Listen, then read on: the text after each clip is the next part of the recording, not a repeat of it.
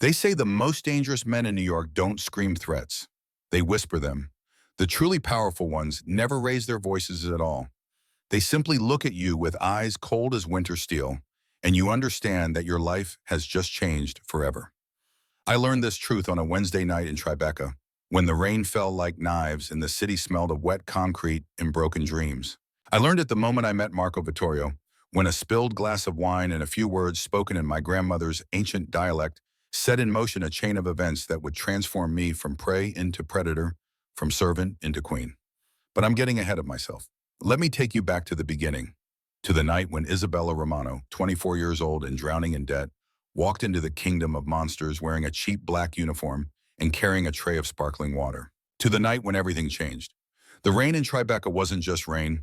It was a freezing gray assault that seemed determined to drown the entire island of Manhattan. Inside Rosso Antico, one of the most exclusive Italian restaurants on Greenwich Street, the atmosphere hummed with a different kind of tension altogether. Golden light spilled from crystal chandeliers. The air hung thick with the scent of aged Parmesan, truffle oil, and the particular brand of anxiety that comes from serving people who could destroy your life with a single phone call. I adjusted my apron for the 21st time that shift, my hands trembling just slightly. 3 weeks, 21 consecutive double shifts. My feet screamed inside cheap non-slip shoes, and my lower back throbbed with the kind of pain that comes from carrying heavy trays for 14 hours straight. But I couldn't stop, couldn't slow down. Not with the notices piling up in my studio apartment in the Bronx, not with the text messages from my father that always started with "baby girl" and ended with another plea for money I didn't have. My phone buzzed in my pocket. I ignored it. I knew who it was. I knew what he wanted. The same thing he'd wanted for the last 3 years, ever since the gambling addiction had taken hold of him like a disease, transforming the man who once taught me to make perfect pasta dough into someone I barely recognized. Armand, the floor manager, materialized at my elbow like a particularly nasty ghost. He was a small man with a small man's desperate need to wield whatever tiny power he possessed. His breath smelled like espresso and cruelty. "Table 9, he hissed, his thin lips barely moving. "Do not screw this up, Sophia. If they ask for water, you pour it before the glass is half empty. If they drop a fork, you catch it before it hits the floor. Are we clear?" "My name is Isabella," I said quietly, but he was already gone, disappearing into the kitchen with the self-importance of someone who believed himself indispensable. I looked at table 9. My stomach tightened. It was the corner booth, the one with the best view of the entrance but shielded from the street windows. Strategic, defensive. The kind of table chosen by someone who always needed to see who was coming and who was leaving. 3 men sat there, though calling them simply men felt inadequate. They were something else entirely. 2 of them were massive, their expensive suits tailored to accommodate shoulders built for violence. Brioni silk blends, if I had to guess. The kind of fabric that cost more than I made in 6 months. The suits couldn't quite hide what they were meant to conceal. The slight bulge under the left arm. The way they sat with their backs to the wall. The way their eyes never stopped moving, cataloging threats, measuring distances, calculating odds. But it was the man in the middle who stole my breath. He was younger than his companions, perhaps in his early 30s. Dark hair swept back from a face that could have belonged to a Roman emperor or a Renaissance prince. Strong jaw, high cheekbones, lips that looked like they'd forgotten how to smile. But it was the eyes that trapped you. Dark as midnight, cold as obsidian. Shattered into 1,000 fragments by something that might have been pain, or might have been rage, or might have been both. He wasn't eating, wasn't even looking at the menu. He was watching the room with the focused intensity of a predator, taking in every detail, assessing every person, calculating angles and exits and possibilities. Marco Vittorio. Even I, who kept my head down and my mouth shut and my tips carefully counted, knew the name. The NYPD Organized Crime Bureau had a file on him the size of a phone book, or so the rumor said, but nothing ever stuck. No charges, no convictions. He was a ghost who somehow owned half the waterfront, a phantom who made million-dollar problems disappear with a phone call. He was the capo of the Vittorio crime family, the most dangerous man in New York. And sitting beside him, wrapped in a black fur coat despite the warmth of the restaurant, was an elderly woman who looked like she could start a war with a single word. She was perhaps 80 years old, her silver hair pulled back into a severe bun that emphasized the sharp planes of her face. Everything about her spoke of old-world authority, the kind that came not from money or position but from surviving things that would have broken lesser people. Her eyes, when they finally lifted to meet mine, held a lifetime of judgment and not a trace of mercy. This was Carmela Vittorio, Marco's mother, the matriarch of a dynasty built on blood and concrete and carefully maintained silences. I approached the table on legs that threatened to buckle. I could feel Armand, watching from across the room, could sense his nervous energy like static electricity before a storm. Whatever happened next, I couldn't afford to fail. Not tonight. Not ever. Buonasera, I managed, my voice steadier than I felt. Welcome to Rosso Antico. The two bodyguards didn't look at me. They were too busy watching everything else. But Carmela's gaze fixed on me with the intensity of a scientist examining an interesting specimen. She leaned forward slightly, and I caught the scent of expensive perfume mixed with something older, something that smelled like incense and distant memories. Water, she said, her English heavily accented, each word weighted with generations of Sicilian pride and pain. And tell the chef if he puts cream in the carbonara like the last place, I will burn this building down myself. Marco Vittorio sighed. It was a sound of pure exhaustion, the kind that comes from fighting the same battle day after day and never quite winning. Mama, he said, and even that single word carried volumes. Please be nice. I am nice. Carmela slammed her hand on the table, making the silverware jump. I am hungry, Marco, but this country they cook like barbarians. They give me noodles and ketchup and call it marinara. Do they think I am stupid? Do they think I don't remember how food is supposed to taste? I saw it then, in the fractional softening of her face before she caught herself and rebuilt the walls. I saw what Armand couldn't see, what the kitchen staff wouldn't understand, what even Marco seemed to have stopped recognizing. Carmela Vittorio wasn't angry. She was homesick. I poured the sparkling water with hands that had finally stopped shaking. My mind raced through possibilities, through the recipes my grandmother had taught me in the small kitchen of her Queens apartment before the cancer took her, through the words she'd whispered in a dialect so specific, so particular to one small region of Sicily, that most Italians couldn't understand it.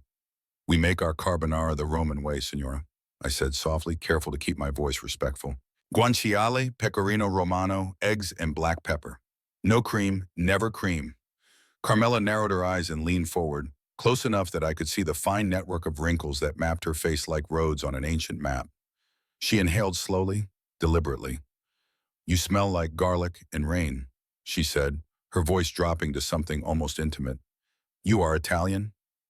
My father is from Palermo, signora. She scoffed, actually scoffed. Palermo, city of thieves and liars. Marco rubbed his temples. Mama, leave the girl alone. Just order something. I want nothing. The fury returned in a flash, burning through whatever softness I'd glimpsed. My stomach hurts. This food, this country, everything hurts. I want to go home, Marco. Take me back to the estate. I don't want to be here anymore. The tension at the table spiked like a fever breaking. The bodyguards shifted in their seats. Marco's jaw tightened until I could see the muscle jumping beneath the skin. He was the most powerful man in the city, capable of making problems disappear with a gesture. But he was completely helpless against this 80-year-old woman's misery. I shouldn't have done what I did next. Armand would fire me if he knew. The kitchen staff would think I was overstepping. Every instinct trained into me by 3 years of keeping my head down and my mouth shut told me to walk away, bring them bread, let someone else deal with the impossible woman in the black fur coat. But I saw the pain in Carmela's eyes. I saw the loneliness that came from being surrounded by people who feared you or needed you but couldn't truly understand you. And I thought of my own grandmother, of the way she used to cry quietly on Sunday afternoons, staring at photographs of a Sicily she would never see again. I leaned in slightly, close enough that my words would reach only Carmela. And I switched languages. Not to Italian, which any competent server in an Italian restaurant might speak, but to the dialect, the specific, ancient, dying dialect spoken only in a handful of villages in the mountains above Palermo. The language of grandmothers and old women and secrets passed down through generations. Signora, ascoltami, I began, and I watched her eyes go wide. Listen to me, signora. Il cuoco qui è di Milano, è arrogante, pensa di sapere tutto. Ma se mi permetti, andrò in cucina io stessa e ti preparerò pastina in brodo, come la facciamo per i bambini malati d'inverno. Brodo caldo, stelline piccole, un po' di scorza di parmigiano per insaporire. Ti riscalderà le ossa. The table went silent. It was the kind of silence that precedes earthquakes, the kind that makes your ears ring and your heart stutter. The bodyguards froze mid-movement, their hands automatically drifting toward their weapons before stopping, confused by a threat they couldn't identify. Marco Vittorio stopped rubbing his temples. Slowly, with the deliberate care of a predator that has just caught an unexpected scent, he turned his head to look at me. His eyes locked onto mine. I had never felt anything like it in my life. It wasn't just that he was looking at me. People looked at me all the time, usually right through me as if I were no more substantial than the steam rising from their pasta. This was different. This was being seen, being examined, being dissected by an intelligence that missed nothing and forgot even less. His eyes were exactly as everyone said, shattered obsidian, beautiful and terrible and so cold that I felt my knees threaten to buckle. But Carmela's transformation was even more dramatic. The hardness in her face crumbled like old plaster. Her mouth opened in shock. Her eyes, which had been dry and angry, suddenly brimmed with tears. She reached out and grabbed my hand with a grip strong enough to leave marks, strong enough to stop blood flow, strong enough to anchor herself to something she'd thought lost forever. Tu conosci la lingua, she whispered, and the words trembled. You know the language. Tu conosci la pastina. Mia nonna me l'ha insegnata prima di morire, I said, and my own voice caught. My grandmother taught me before she died.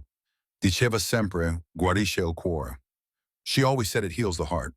Carmela's tears spilled over, in front of her son, in front of the bodyguards, in front of the entire restaurant. She, who I would later learn had shot 2 men to death without flinching, who had built an empire alongside her husband through sheer force of will, who had buried children and enemies and never once shown weakness, she cried. Marco! The word came out strangled. Marco, l'hai sentita? Parla la lingua del villaggio. Did you hear her? She speaks the language of the village. Marco Vittorio was still staring at me. His expression had shifted into something I couldn't read. Something that might have been calculation, or might have been recognition, or might have been both. When he finally spoke, his voice was a low baritone that seemed to resonate in my chest. What is your name? Isabella, sir. Isabella Romano. He leaned back slowly, a small danger-bar smile playing at the corners of his mouth. It was the smile of a chess player who has just seen an unexpected move that might change the entire game.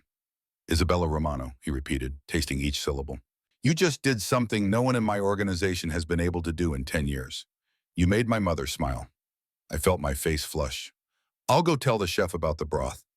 I pulled my hand free from Carmela's grip, stammered something else I don't remember, and fled toward the kitchen. My heart hammered against my ribs so hard I thought it might crack through bone.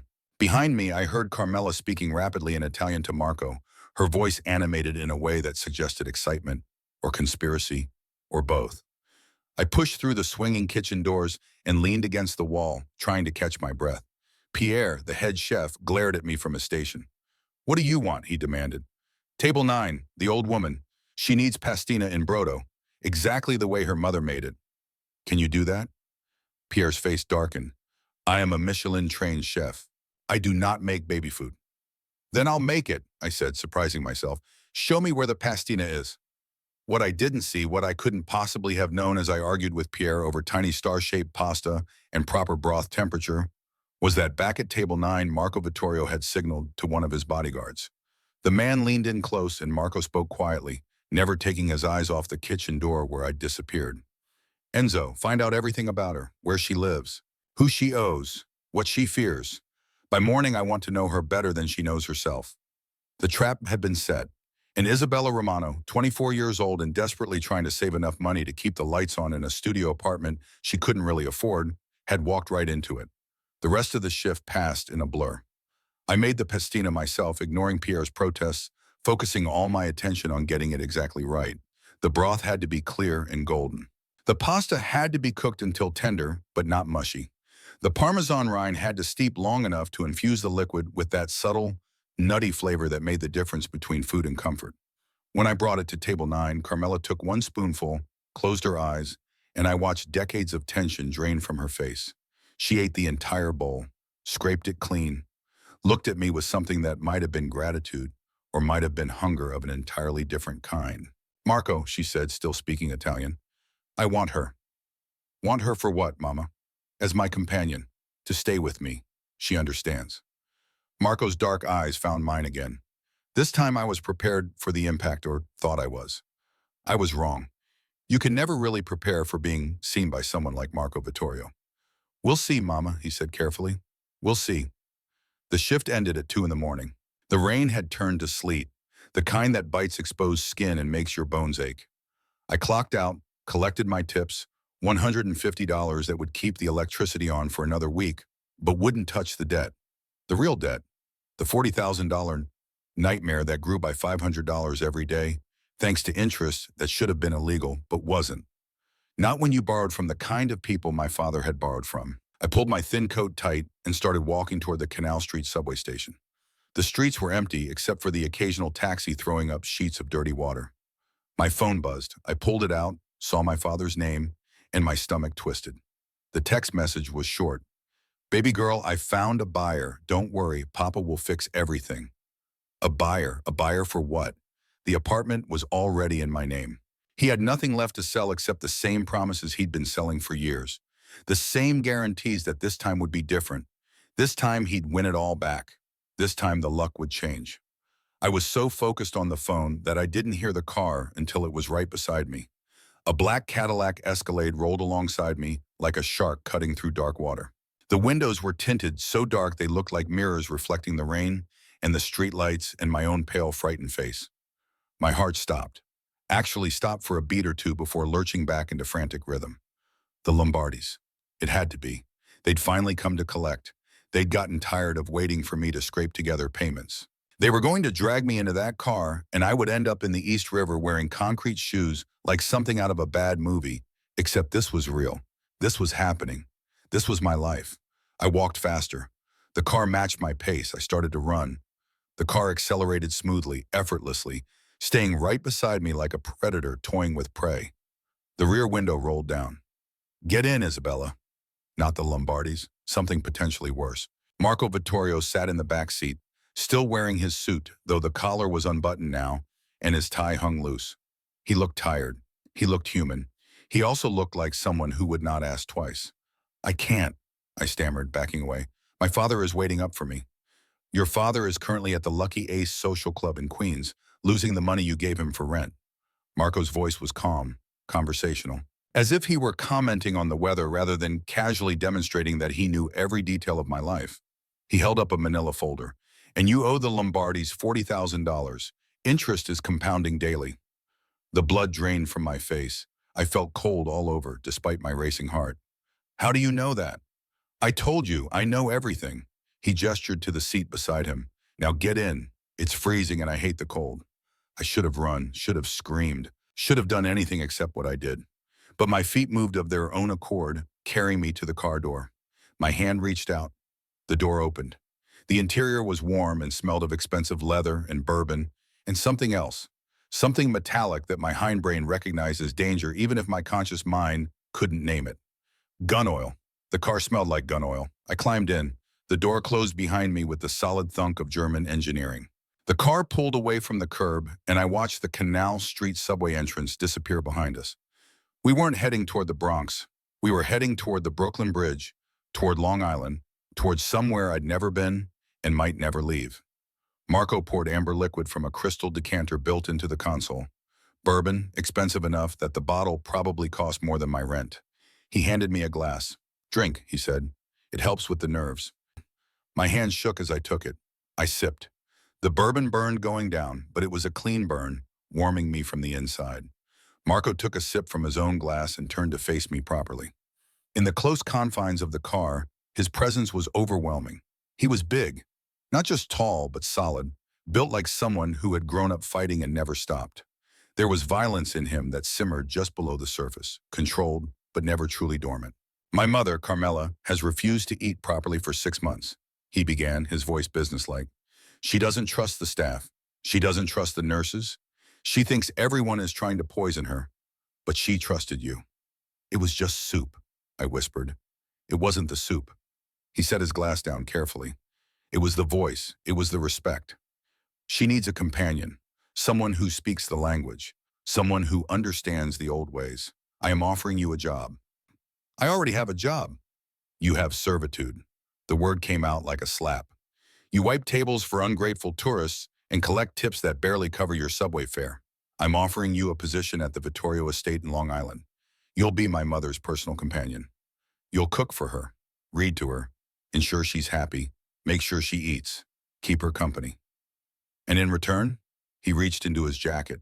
For one horrible moment, I thought he was reaching for a gun. Instead, he pulled out a check, placed it on my lap. The amount made my vision swim. $40,000, made out to Lombardi Family Trust.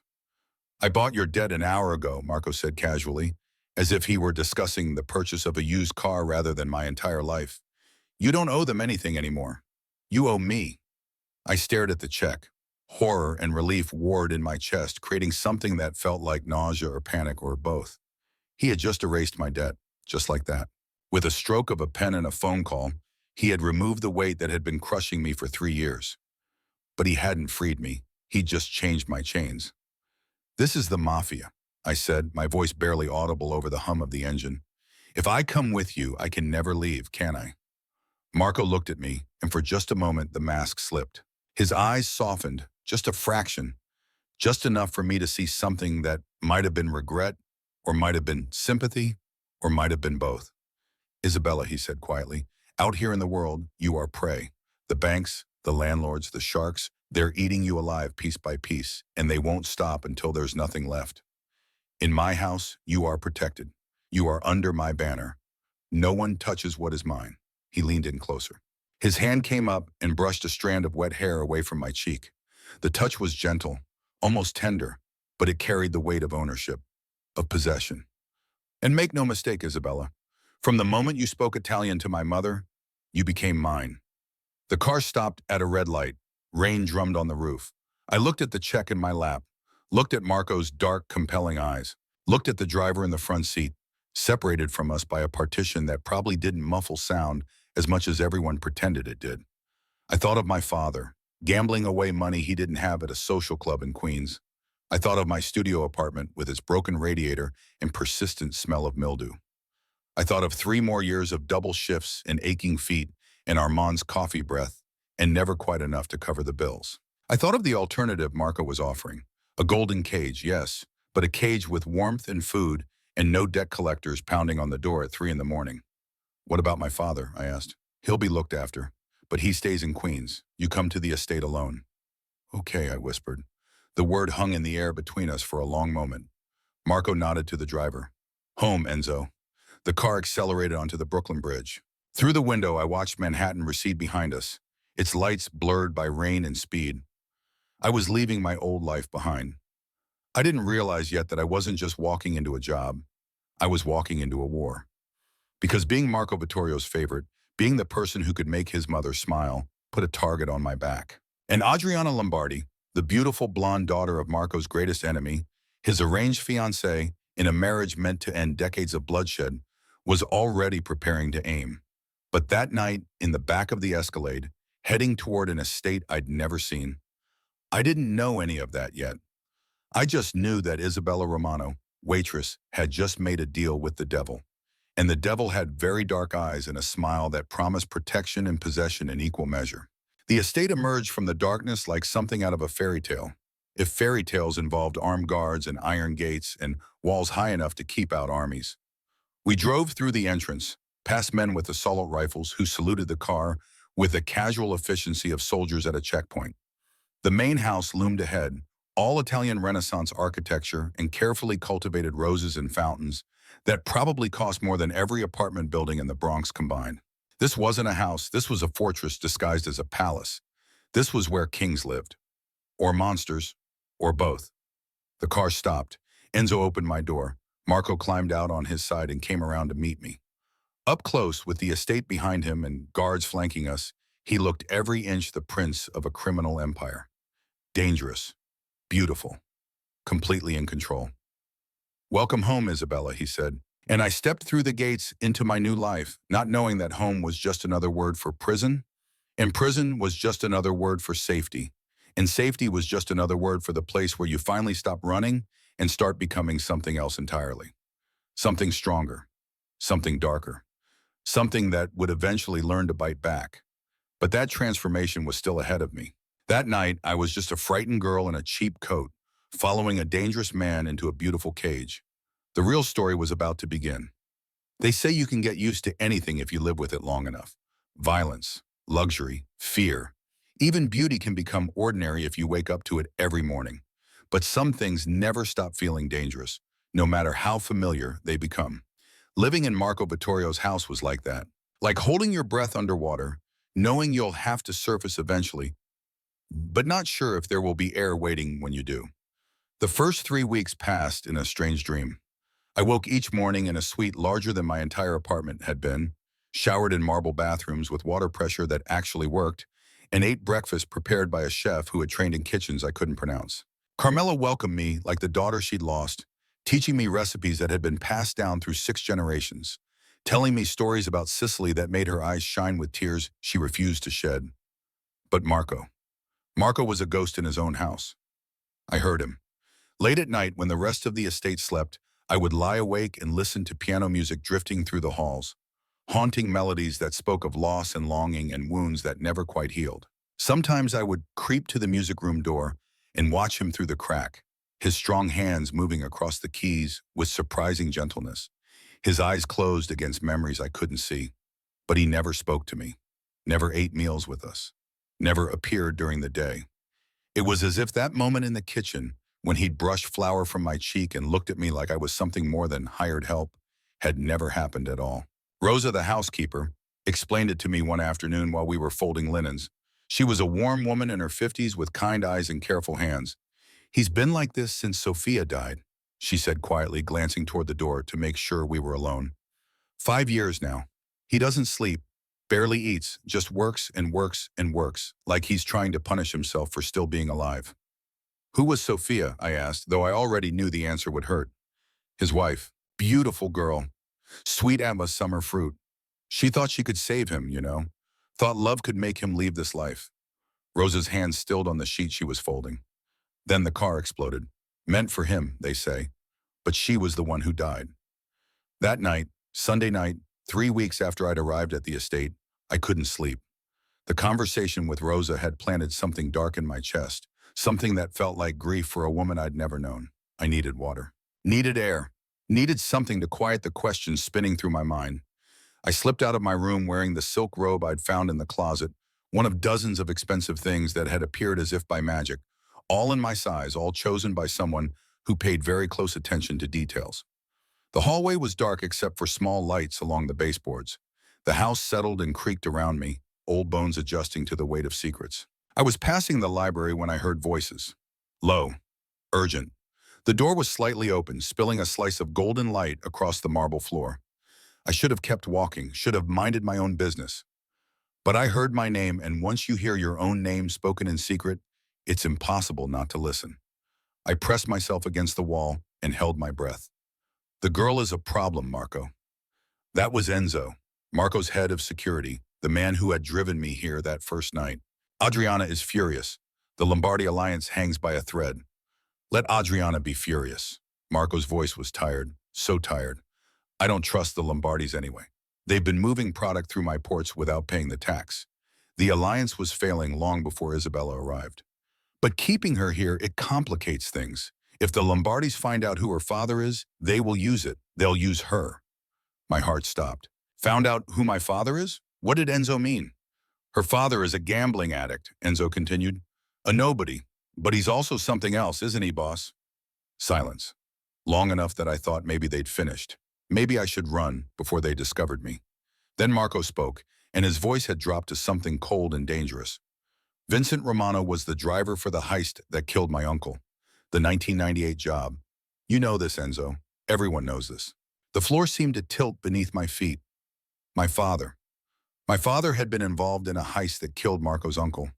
My father, who I'd always known as weak, as broken by gambling, had been part of something that cost the Vittorio family blood. "That's why I brought her here," Marco continued.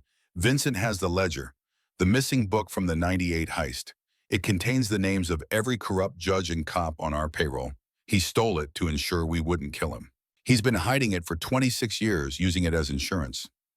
"So the girl," Enzo's voice was careful, "she's not really here for Carmela." My mother was the entry point, the excuse, the cover story that everyone would believe. I heard the clink of glass, the sound of liquid being poured. Vincent Romano has to come out of hiding eventually. He has to bring me that book. And the only thing that will make him surface is his daughter. I have her now. He'll come for her.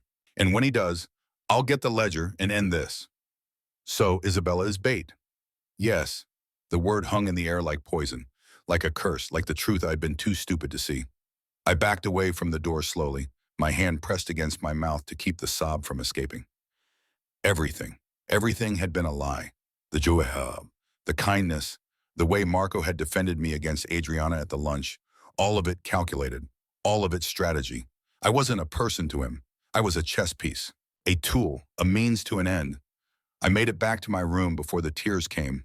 They burned like acid, like shame, like the particular kind of pain that comes from believing yourself valued when you were only ever being used. I grabbed my phone with shaking hands and dialed my father's number. It went straight to voicemail. Papa, I whispered into the phone, my voice breaking. Papa, listen to me. Don't come to the estate. Don't try to contact me. It's a trap. Marco Vittorio knows about the heist. He knows about the book. He's using me to get to you. Run, Papa. Please just run. I hung up and stared at the phone in my hand. Then I started throwing clothes into a bag. I had to leave. Had to get out before Marco realized I knew the truth. Had to warn my father before it was too late. I opened my bedroom door and found two massive bodyguards blocking the exit. Going somewhere, Miss Romano? The one on the left asked. His voice was polite. His eyes were not. I need to go to the pharmacy, I lied. My voice came out high and thin. I have a headache. Mr. Vittorio gave strict orders. No one leaves the estate tonight, especially not you. Let me through. I tried to push past them. They didn't move. They were like walls, like mountains, immovable and completely indifferent to my panic. Isabella. The voice came from behind the guards. They parted like a curtain, and Marco stepped through. He was still dressed, still awake despite the late hour.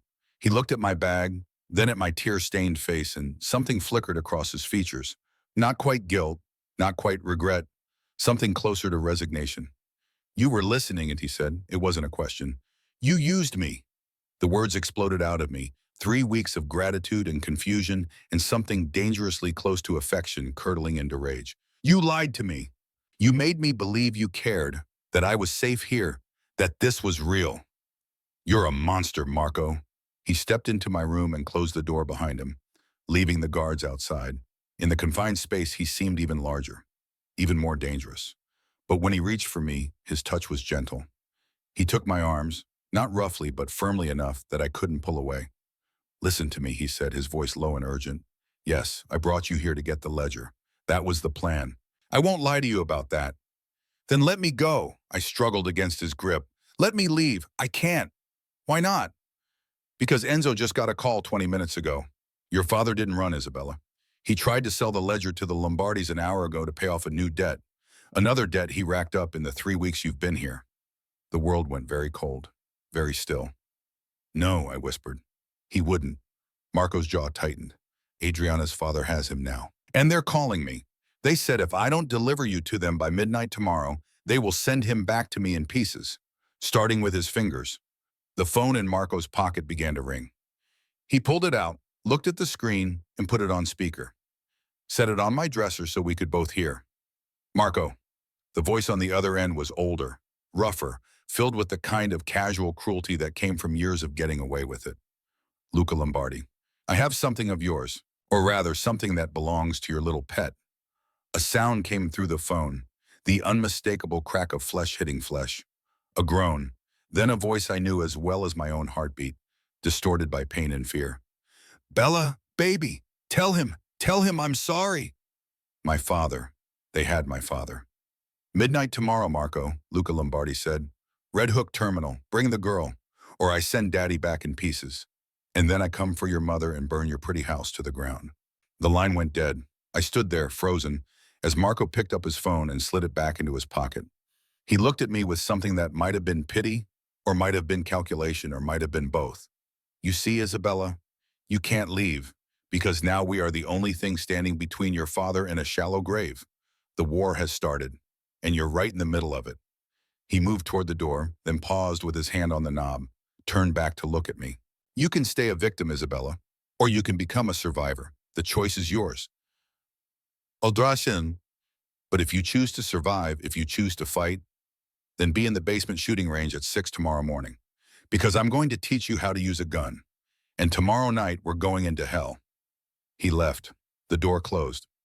I sank down onto the bed and stared at nothing. My father had sold me. Not directly, not with words. But he'd tried to sell the ledger to the Lombardis. And in doing so, he'd painted a target on both our backs. He'd chosen gambling debts over my safety. Again, just like he'd chosen the cards over my college fund. Just like he'd chosen the next big score over staying sober for my high school graduation. And Marco. Marco had been honest in his way. He'd told me I was prey in the outside world. He'd never promised love, never promised anything except protection under his banner. And now he was offering me something else. A choice. Victim or survivor. I looked at the bag I'd packed, at the clothes I'd thrown in there, thinking I could just walk away from this life. How naive. How stupid. There was no walking away. There was only forward. Only through. At 5:45 the next morning, I was waiting in the basement when Marco arrived. He looked surprised to see me, though he hid it quickly behind that mask he wore so well. He was carrying 2 hard cases, which he set down on the metal table with careful precision. "You came," he said. "I'm choosing to survive." He nodded slowly, something like respect flickering in his dark eyes. "Then let's begin." The shooting range was soundproofed and climate-controlled, tucked away in the belly of the estate like a secret. Marco opened the cases and began pulling out weapons. A Glock 19, a smaller .38 special revolver, extra magazines, boxes of ammunition. He handled them with the easy familiarity of someone who'd been holding guns since childhood. "Have you ever fired a weapon?" he asked. "No." "Good, that means you have no bad habits to unlearn." He picked up the .38 special. "This one, smaller, easier to conceal. Only 6 rounds, but they'll put a man down if you hit center mass." He showed me how to hold it, how to stand, how to sight down the barrel. His hands covered mine, adjusting my grip, and I was acutely aware of his body behind me, the heat of him, the solid strength. Professional, clinical. But something else lurked beneath the surface, something neither of us wanted to name. "Breathe," he said quietly, his voice close to my ear. "Squeeze the trigger. Don't pull. Gentle pressure until it breaks." I fired. The recoil jarred my arms. The sound, even through the ear protection, was enormous. The target, 20 feet away, remained unmarked. "You're anticipating the recoil," Marco said. "You flinched before you fired." Again, again and again and again. For 3 hours, we repeated the same sequence. Load, sight, breathe, squeeze. The targets began to show holes, not center mass, not yet, but progress. Evidence that I was learning, that I could do this. We took a break around 9. Sat on a bench against the wall. Marco handed me a bottle of water. My hands were shaking from adrenaline and exertion. "Why are you really helping me?" I asked. "You said I was bait, so why teach me to fight? Why not just hand me over to the Lombardis and get what you want?" Marco was quiet for a long time, long enough that I thought he wouldn't answer. Then he reached up and pulled something from under his shirt, a gold locket on a chain. He opened it and showed me the picture inside, a woman, dark hair, kind eyes. Beautiful in the way that comes from inner gentleness rather than careful cosmetics. "Sophia," he said, "taken 3 days before she died. She was pregnant, 2 months. I was going to be a father." The grief in his voice was so raw it hurt to hear. "When I first saw you at the restaurant," he continued, "I thought you looked like her. Same eyes, same way of smiling when you talked to my mother. I thought it was Sophia's ghost mocking me, reminding me of what I'd lost." He closed the locket. "But you're not her. You're nothing like her. Sophia was gentle, afraid of this world. You?" He looked at me, really looked at me. "You face it head on. You don't break. You bend, and you survive, and you keep going. That's why I can't let you die, Isabella. Because you're the first real thing I've felt in 5 years." Something shifted in the air between us. Something dangerous and electric and inevitable. He leaned forward. I leaned forward. And then his phone rang, shattering the moment into 1,000 pieces. He answered it, listened. His face went hard. "When?" A pause. "How many?" Another pause. "Lock down the estate. Full security. No one in or out without my authorization." He hung up and looked at me. That was Enzo. Lombardi's people are moving. They know we're not going to bring you willingly. They're going to try to take you by force. When? Tonight, maybe sooner. He stood, held out his hand. Come on. We're not done training. By the time they come for you, you're going to be ready. We trained for another 6 hours. My arms ached, my back screamed, my hands developed blisters that burst and bled and formed new ones. But the targets started showing tight groupings around center mass, started looking like something a person could survive with. Or not survive, depending on which side of the gun they were standing. Around 3 in the afternoon, Carmela found us. She stood in the doorway of the range, looking small and frail and somehow more dangerous than any of the weapons on the table. Marco, Isabella, come with me. We followed her to her private sitting room, a space I'd only been in a handful of times. She gestured for us to sit, then reached into a drawer of her desk and pulled out something wrapped in oilcloth. She unwrapped it slowly, reverently, a small revolver, old but well-maintained. The grip showed wear from decades of use. 40 years ago, Carmela began, her voice steady, 2 men came to this house to kill me. I was 8 months pregnant with Marco. My husband was in prison, unable to protect us. The men thought I would be easy, thought a pregnant woman would be helpless. She picked up the gun, held it up to the light. I shot them both, one in the chest, one in the head, left their bodies in the garden for my husband's men to find. She looked at me. I tell you this because tomorrow you may have to do something terrible to Sicilian, and I want you to know that survival is not a sin, Bambina. Survival is sacred. She held out the gun. This is the weapon I used. I've kept it all these years. Now I'm giving it to you. My hands shook as I took it. It was heavier than I expected. Heavier with history and violence and the weight of choices that couldn't be unmade. There's something else. Carmela reached into her dress and pulled out a rosary, black beads worn smooth. My mother gave me these before I left Sicily. They kept me safe through things I cannot speak of. Now they're yours. She placed the rosary in my other hand, then covered both my hands with hers. Tomorrow, evil men will try to hurt you, to use you, to break you. But you are stronger than you know. You have the blood of women who survived wars and famines and men who thought we were weak. Show them what women like us can do when cornered. That night, I couldn't sleep again. The gun and rosary sat on my nightstand, strange talismans against the dark. Around midnight, I heard the piano music start. Without thinking, without planning, I got up and followed the sound. The music room door was open this time. Marco sat at the grand piano, his fingers moving across the keys with a grace that seemed at odds with the violence those same hands were capable of. The melody was heartbreaking, something old, something that spoke of loss and longing and wounds that wouldn't heal. I didn't know you played, I said softly. He didn't stop, didn't look up. Sophia taught me. She said music calms the beast. I moved closer, drawn by something I couldn't name. Tell me about her, the real her, not just the tragedy. His hands stilled on the keys. For a moment, I thought he would retreat behind his walls again. But he didn't. He turned on the bench to face me. She believed in redemption, thought anyone could change if they just wanted it badly enough. She thought she could save me, make me leave this life. His voice was rough. The car bomb that killed her was meant for me. Lombardi's doing. They wanted to send a message about the territory disputes. Sophia just happened to be driving my car that day. She was going to pick up baby clothes. We hadn't told anyone yet about the pregnancy. She wanted to surprise my mother. I'm sorry, I whispered. Don't be sorry. He stood, moved toward me. Just understand. That's why I became what I am. Why I stopped feeling. Because feeling gets people killed. But you feel now, I said. I can see it. Yes. He reached out, cupped my face in his hand. His palm was warm against my cheek. And it terrifies me, because tomorrow we go to war and I cannot guarantee I'll be able to protect you. And the thought of losing you the way I lost her makes me want to burn the whole world down. Then don't lose me, I said. Teach me to fight. Teach me to survive. And I'll stand with you. He kissed me, not gentle, not tentative, desperate and claiming and full of everything we'd been dancing around for weeks. I kissed him back, pouring 3 weeks of confusion and fear and something dangerously close to love into it. His hands tangled in my hair. My hands gripped his shoulders. We were drowning in each other, in the impossibility of this, in the knowledge that tomorrow might take everything away. When we finally broke apart, both breathing hard, Marco rested his forehead against mine.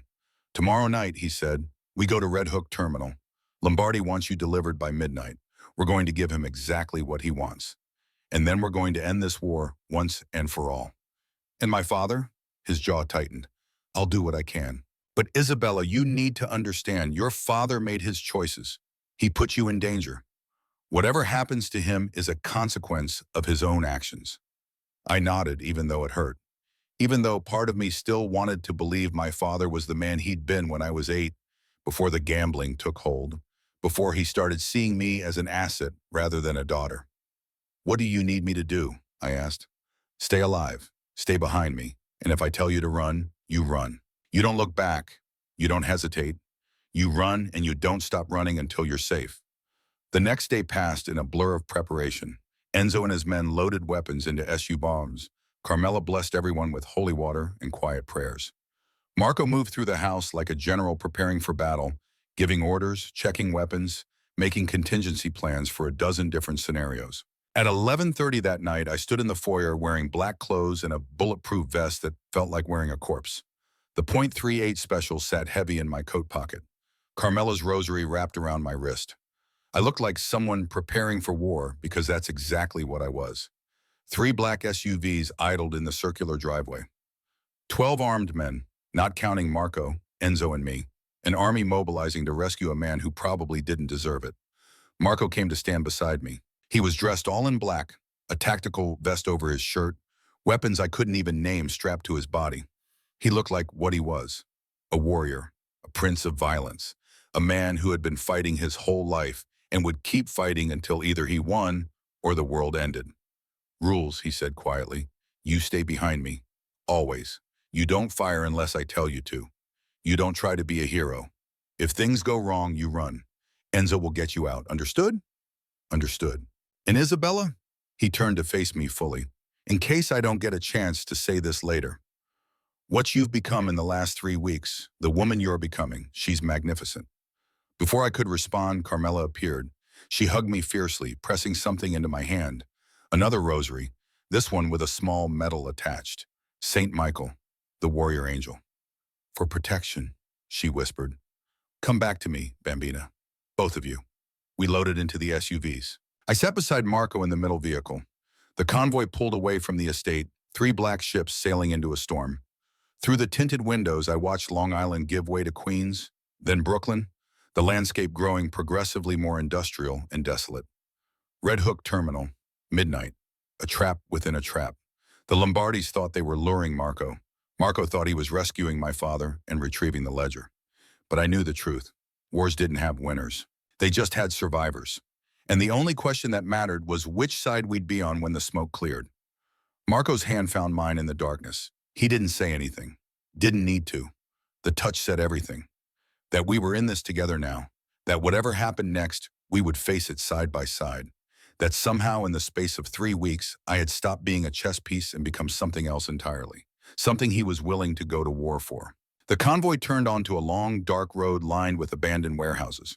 The rain had started again, heavy drops that drummed on the roof and turned the world into a watercolor painting of shadows and sodium light. Ahead, I could see the terminal, a massive hollow structure with corrugated metal walls and a door large enough to drive trucks through. A door currently standing wide open, waiting, inviting us in. Marco's phone buzzed. He looked at it, his face hardening. Lombardi just sent a message. He has 15 men inside. Says if we bring more than fate, he'll execute Vincent on the spot. Do you believe him? I asked. No, Marco holstered his phone. Enzo, plan B, take 8 men and circle around to the south entrance. When you hear shots, come in through the back. Element of surprise. Boss, that's still only 7 of us against 15 of them. Marco looked at me. 8 of us, Isabella counts. The SUV stopped 50 feet from the entrance. Marco checked his weapons one more time, looked at me. Last chance to stay in the car. I pulled the .38 special from my pocket, checked the cylinder like he'd taught me. 6 rounds, 6 chances to survive. I'm going with you. He nodded. Something like pride flickered across his face. Then let's go get your father back.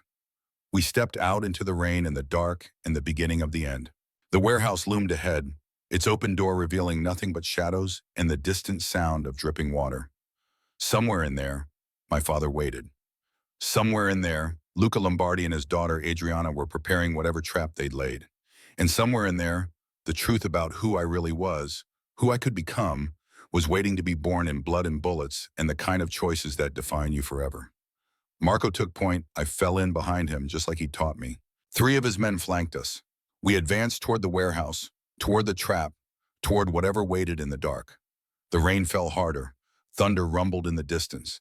And Isabella Romano, 24 years old, took her first steps into the war that would transform her into something new, something dangerous, something powerful, something that would eventually learn to wear a crown made of shadows and steel. The warehouse smelled like rust and seawater, and the particular kind of decay that comes from things left to rot in the dark. Our footsteps echoed against concrete as we moved deeper into the shadows. Marco leading with the fluid grace of someone who had done this 1,000 times before.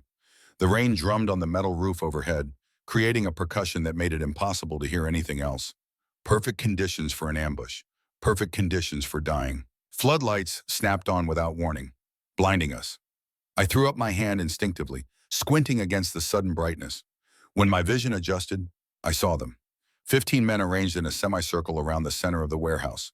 Armed, professional, waiting. And in the middle of it all, on his knees with zip ties cutting into his wrists, was my father. Vincent Romano looked like a man who had aged a decade in 3 weeks. His face was swollen, one eye sealed shut by bruising that bloomed purple and black across his cheekbone. His shirt was torn and stained with blood that might have been his or might have been someone else's. When he saw me, something broke in his expression. Not relief, not love, just desperate, selfish terror.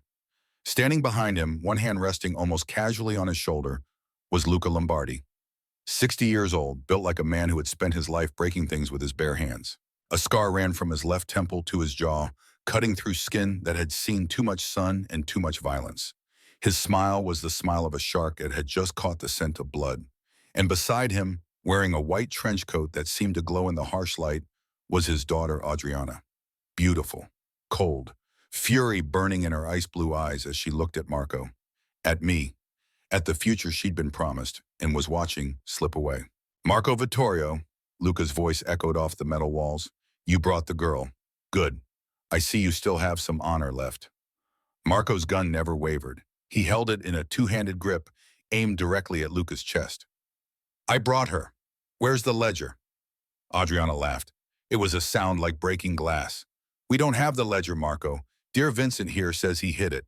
Won't tell us where unless we let him go. But we figured if we start cutting pieces off his daughter, his memory might improve considerably.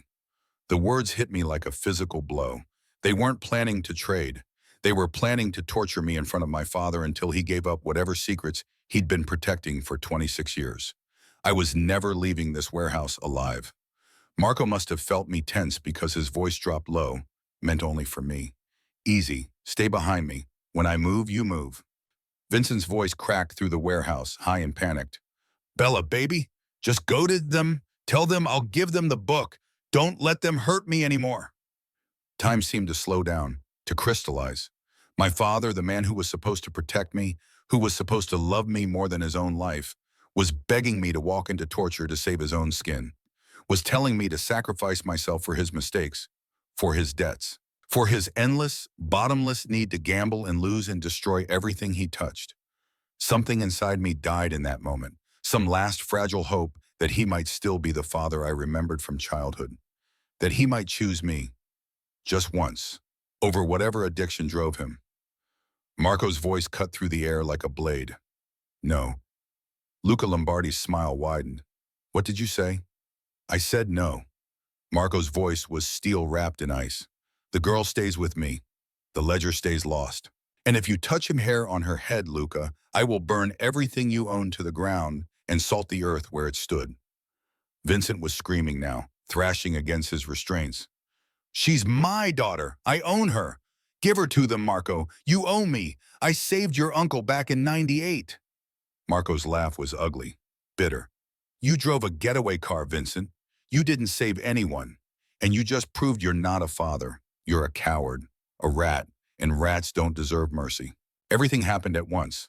Luca Lombardi raised his hand. Kill them all. Gunfire erupted. The sound was deafening, overwhelming.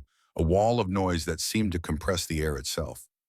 Muzzle flashes lit up the warehouse like lightning, strobing across faces twisted with rage and fear and the particular intensity that comes from men trying to kill other men. Marco moved. God, he moved like violence personified. He grabbed my shoulder and threw me toward a concrete pillar, his body shielding mine even as he spun and fired. Two shots. Two Lombardi soldiers dropped, crimson blooming across their chests. He was advancing, not retreating, drawing their fire away from me, buying me seconds that felt like hours. I hit the ground behind the pillar, concrete chips exploding around me as bullets chewed into the stone. My hands were shaking so badly I could barely hold the gun. 3 weeks of training and I was paralyzed, frozen, completely useless. Then I heard Marco scream my name. "Isabella, move, now!" Training kicked in, muscle memory overriding terror. I rolled to my feet, staying low, running toward the SUV parked 50 feet away. Bullets whined past my head like angry hornets. Something hot grazed my arm, a line of fire that told me I'd just come within inches of dying. Enzo appeared beside me, materializing out of the smoke and chaos. "Go! Get to the car!" He was firing as he ran, providing cover, buying me seconds with bullets and blood. I risked a glance back. Marco was still advancing, still firing with mechanical precision. He'd dropped 4 men now. 5. Moving between cover with the confidence of someone who had done this so many times it had become instinct. He was magnificent, terrifying, a god of war painted in muzzle flash and shadow. But he was also 1 man against 15. And the math didn't care how skilled he was. I saw Vincent. In the case, nobody was watching him anymore. He'd gotten his bound hands in front of him, was struggling to his feet. I thought for one desperate second that he might run toward Marco, toward safety, toward the daughter who had spent 3 weeks learning to shoot a gun so she could try to save his worthless life. He ran toward Luca Lombardi instead. Ran toward the enemy with his hands up, his mouth moving, words I couldn't hear over the gunfire but could guess. "I can get it. I can get the book. Don't kill me. Please don't kill me." Adriana raised her pistol, didn't hesitate, didn't flinch, shot Vincent Romano in the back. He fell face first onto the concrete. Blood pooled around him, spreading in a dark circle that reflected the overhead lights. My father. Dead. Not because he was brave or noble or trying to protect anyone. Dead because he was a coward who bet on the wrong side one last time. I screamed.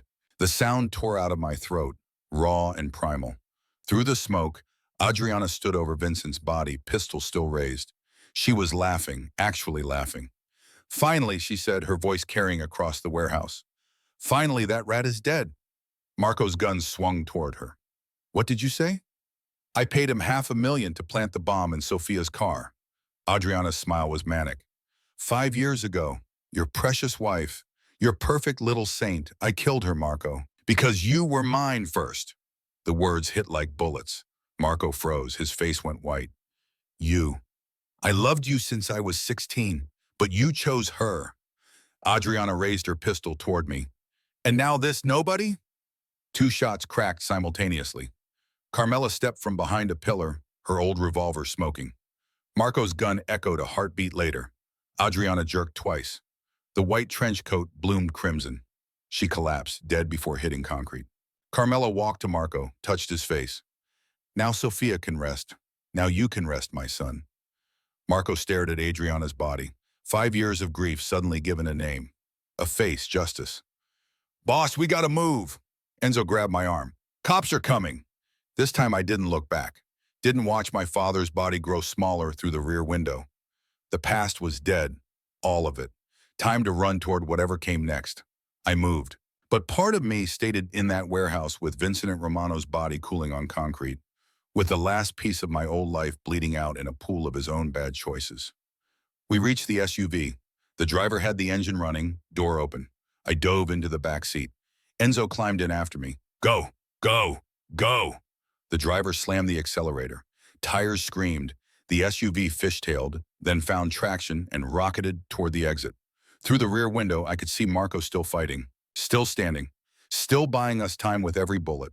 Then he turned and ran, sprinted toward the second SUV, dove through the open door as it started moving. Both vehicles burst out of the warehouse into the rain and the night, bullets chasing us, sparking off metal, shattering the rear window into 1,000 glittering diamonds. I collapsed against the seat, shaking uncontrollably. My arm burned where the bullet had grazed me. My ears rang from the gunfire. My father was dead. Dead, dead, dead. The word repeated in my head like a mantra, like a prayer, like the end of something I couldn't even name.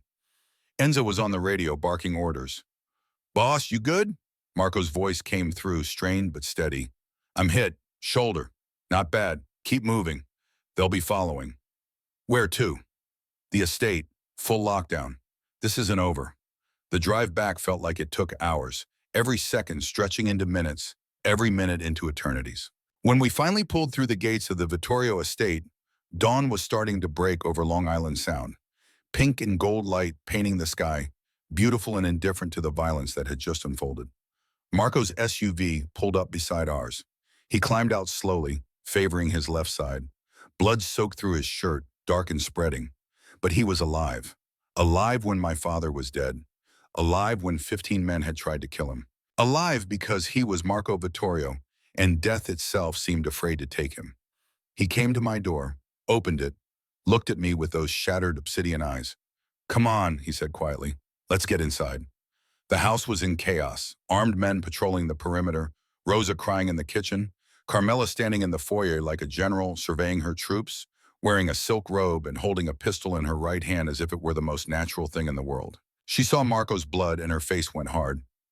"How bad?" "Grazed. I'll live." "And Vincent?" "Dead." Marco's voice was flat, empty. "Lombardi's men shot him when he tried to make a deal." Carmela looked at me, saw something in my face that made her set down the gun and open her arms.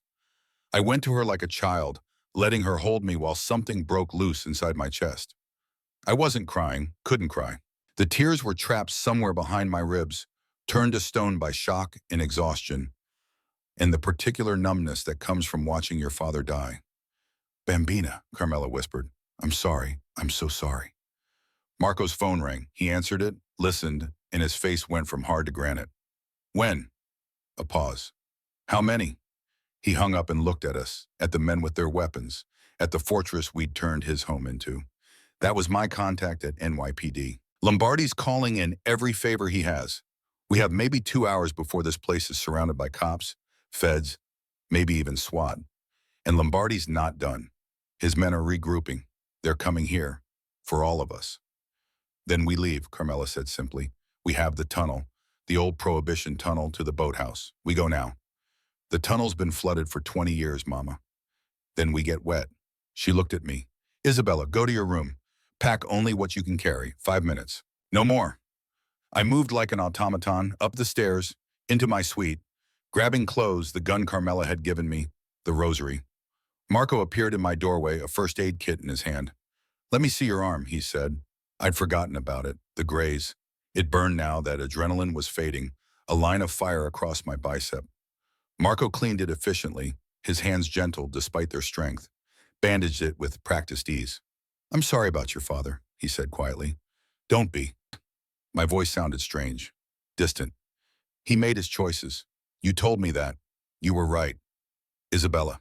He caught my chin, made me look at him. "You're in shock. When it wears off, it's going to hurt. And I need you to know that when it does, I'll be here, okay?" I nodded, couldn't speak. If I spoke, the stone in my chest might crack and everything I was holding back would come flooding out. We heard it then, distant but unmistakable. Sirens, many sirens, growing closer. "They're here," Marco said. "Time to go." We descended into the basement, into tunnels that smelled like mold and seawater and history. The water was waist deep, freezing cold, black as ink. Carmela went first, holding a waterproof flashlight, moving through the dark with the confidence of someone who had walked this path before. Marco stayed close to me, one hand on my back, guiding me through the narrow passage. Behind us, we could hear the sound of doors being battered down. Shouting. The chaos of law enforcement raiding a suspected crime lord's mansion. The tunnel seemed to go on forever. Water soaked through my clothes, making them heavy, making each step harder than the last. My teeth chattered. My injured arm throbbed. But I kept moving because stopping meant dying, and I had already watched one person die tonight. That was enough. We emerged in the boathouse 20 minutes later, dripping and shaking. A speedboat waited, Enzo already in the driver's seat. We climbed in. The engine roared to life. We pulled away from the dock just as searchlights began sweeping the shoreline. Through the spray and the dark, I watched the Vittorio estate disappear behind us, watched police lights painting the sky blue and red, watched Marco's kingdom burn while he sat beside me, bleeding and silent, and somehow still unbroken. Carmela pressed close on my other side, her hand finding mine in the dark. The three of us. A queen, a warrior, and a girl who had just watched her old life die, sailing into an uncertain future on a boat too small for the weight of everything we carried. We spent the next 3 days in a safe house in Connecticut, a cabin in the woods, isolated and defensible. Marco's shoulder healed slowly. My arms scabbed over. The news played constantly on the television. Marco Vittorio, wanted for questioning. The Vittorio estate seized. Luca Lombardi arrested but released on bail within 24 hours. The whole city talking about the war that everyone had known was coming. On the fourth day, Marco sat us down at the kitchen table. "I know where the ledger is," he said. Carmela and I both looked at him. He pushed a piece of paper across the table. An address, Rosso Antico, the restaurant where I'd worked, where this had all started. Vincent Romano was on the construction crew that renovated the wine cellar in 1998, Marco explained. He didn't hide the ledger somewhere random. He hid it in plain sight, in a place my family owned but would never think to look, in the walls of our own restaurant. We broke in at 3 in the morning. Marco used bolt cutters on the back door. The restaurant was dark and empty, smelling like garlic and old wine. I led them to the wine cellar, remembering stories my father had told me once, before the gambling took him. Stories about mixing mortar and laying brick and feeling proud of his work. Marco took a sledgehammer to the wall he'd identified. Stone and mortar crumbled.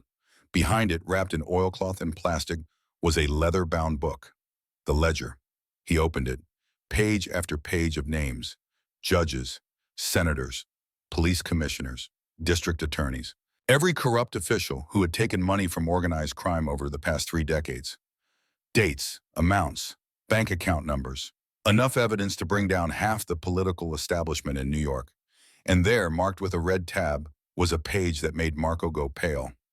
"Payment for Sofia Vittorio hit," he read aloud. $500,000 to V. Romano for placement of device. Vincent, my father. He hadn't just been a driver in some old heist. He'd planted the bomb that killed Marco's wife, killed Marco's unborn child. My father's hands had built a device that destroyed everything Marco loved. I felt the world tilt, felt my legs go weak. Marco caught me before I fell. "Did you know?" His voice was quiet, dangerous. "No." The word came out as a sob. "I swear, I didn't know, Marco, I didn't know." He looked at me for a long moment, then pulled me close, holding me while I finally started to cry. For my father, for Sofia, for the unborn child, for all of us caught in the machinery of violence and revenge and choices that echoed across years. "I know," he whispered into my hair. "I know you didn't know. His sins are not yours, Isabella. His sins are not yours." But they felt like mine, felt like weight I would carry forever. We were still in the wine cellar when the police arrived. Someone had seen us break in, called it in. Within minutes, the restaurant was surrounded. SWAT team, FBI. Every agency that had been looking for Marco Vittorio. They arrested us, cuffed us, read us our rights. But Marco held onto the ledger until Agent Sarah Chen of the FBI tried to take it from him. "This book has names," Marco said calmly. "Names of people you work with. Names of people who sign your paychecks. You really want to take it from me?" Chen hesitated. That hesitation told Marco everything he needed to know. Within an hour, we were in a different vehicle. Federal agents, but not FBI. Men who answered to people whose names were probably in that ledger. They drove us to an undisclosed location, sat us in a conference room, and Deputy Director Morrison himself came to negotiate.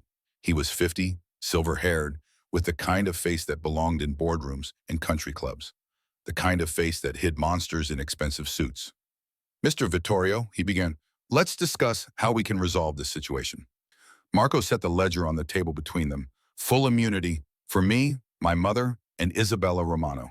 All charges dropped, all warrants voided. We walk away clean.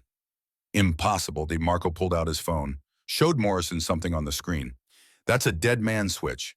If I don't check in every 12 hours, digital copies of this ledger get sent to the New York Times, Washington Post, and every major news outlet in the country, along with authenticated documents proving its validity." Morrison's face went pale. "You're bluffing." Try me. They stared at each other. Two predators. Two men who understood that power wasn't about violence. It was about leverage. About knowing which cards to play and when to play them. Morrison blinked first. 24 hours, he said. You have 24 hours to leave New York. Permanently. And those copies better never surface. Where do we go? Somewhere we can monitor you. Miami, Vegas, New Orleans. Your choice. Marco looked at me. At Carmela. Miami. Done. They released us that night. Gave us new identification. Money. Instructions. We drove south with nothing but the clothes on our backs and the weight of everything that had happened. The estate was gone. The organization was scattered. Vincent was dead. Sophia's ghost had been laid to rest, or at least explained. We were free. Free and completely untethered from everything we'd known. 6 months later, I stood on Collins Avenue in Miami and looked up at the sign. Vittorio's, our restaurant. Not an empire built on violence and fear, just a restaurant. Legitimate, clean, serving the kind of food Carmela had taught me to make in that other life. The grand opening was tonight. Press, celebrities, local politicians who didn't know or didn't care about who we'd been in New York. Marco had invested everything we had left into this. A new start, a new life, a way to honor Sophia's memory without being consumed by the violence that had killed her. I wore an emerald dress that probably cost more than I used to make in 6 months. My hair was styled, my makeup professional. I looked like someone who belonged in this world of champagne and strategic smiles. But underneath, I was still Isabella Romano, still the girl who had learned to shoot a gun in a basement, still carrying Carmela's rosary in my purse alongside the point. 3/8 special I'd never stop carrying, because you could leave the war, but the war never really left you. Marco found me on the balcony overlooking the ocean. He looked good, healthy. The shadows under his eyes had faded. The constant tension in his shoulders had eased. He was wearing a white linen suit that made him look like he belonged in an old movie. Handsome, dangerous, mine. Nervous, he asked. Terrified, he laughed. Actual laughter. Something I'd rarely heard from him. Me too. We stood in comfortable silence, watching the sun set over the Atlantic, pink and orange and gold painting the sky. Beautiful, peaceful, everything our old life hadn't been. I want to ask you something, Marco said quietly. He pulled a small box from his pocket, opened it. Inside was a ring. Vintage, diamonds surrounded by smaller stones. Simple. Perfect. Isabella Romano, he said, and his voice was steady, but his hands shook just slightly. You walked into my life as bait, as a tool, as something I was using, and you became my salvation. You became the reason I remember how to be human. Will you marry me? I looked at the ring, looked at him, looked at the future we were building from the ashes of everything we'd lost. Yes, I whispered. Yes. He slipped the ring on my finger, kissed me as the sun disappeared below the horizon. And for the first time in 6 months, I felt something that might have been hope, might have been happiness, might have been the beginning of healing. The restaurant opened that night. It was a success. Critics loved it. Customers lined up. We were building something good, something real, something that didn't require blood to maintain. 3 months later, we were married in a small ceremony at Vizcaya. Carmela officiated, having gotten ordained online specifically for this purpose. Rosa stood as my witness, Enzo as Marco's. We said our vows overlooking Biscayne Bay while pelicans dove for fish and the Miami sun beat down with benevolent intensity. I was dead before you, Marco said, his voice rough with emotion. You brought me back to life. I was prey before you, I said. You taught me to be a predator. We kissed, Carmela cried, and Isabella Romano became Isabella Vittorio. Not a servant, not a victim, not prey, a queen. We built our empire differently this time. Restaurants, real estate, import-export, all legal. We employed people who needed second chances, created a foundation in Sophia's name that helped families of crime victims, used our resources to actually help people instead of exploiting them. But we weren't naive. We kept the ledger copies, kept our weapons, kept our security. Because men like Luca Lombardi didn't forget, didn't forgive. And somewhere out there, his son Matteo was watching, waiting, planning his own revenge. 1 year after we'd arrived in Miami, Matteo Lombardi walked into our restaurant during a private dinner. He was 35, sharp-suited, with his father's cold eyes but more intelligence behind them. More calculation. Mr. Vittorio, Mrs. Vittorio, he said, his voice smooth, congratulations on your success. Marco's hand drifted toward his weapon. I touched his arm gently. Not yet. Not here. What do you want, Matteo? Marco asked. Peace. He sat down without being invited. My father died in prison last month, heart attack. His war with you destroyed our family. I don't want to continue it. I want to propose an alliance. Legitimate business. No blood. We're stronger together than apart. And I should trust you because I'm not my father. Because the old way of doing things is dead. And because if we don't work together, the other families will eat us both. He pulled out a business card. Think about it, but don't think too long. The world is changing. We adapt or we die. He left. Marco and I sat in silence for a long moment. Do you trust him? I asked. No, but he's not wrong about the world changing. Marco looked at me. What do you think? A year ago, he never would have asked my opinion, never would have treated me as an equal partner. But I wasn't the frightened girl in the cheap coat anymore. I was Isabella Vittorio, co-owner of a growing empire. The woman who had walked through fire and come out steel. I think we stay vigilant, I said. We keep our leverage. We prepare for betrayal. But we also acknowledge that the old way cost us everything. Maybe there's another path. That night, we stood on our penthouse balcony overlooking Miami. The city glittered below us like a sky full of fallen stars. Marco's arm was around my shoulders. My hand rested on my stomach where a secret was just beginning to take shape. A future, a legacy.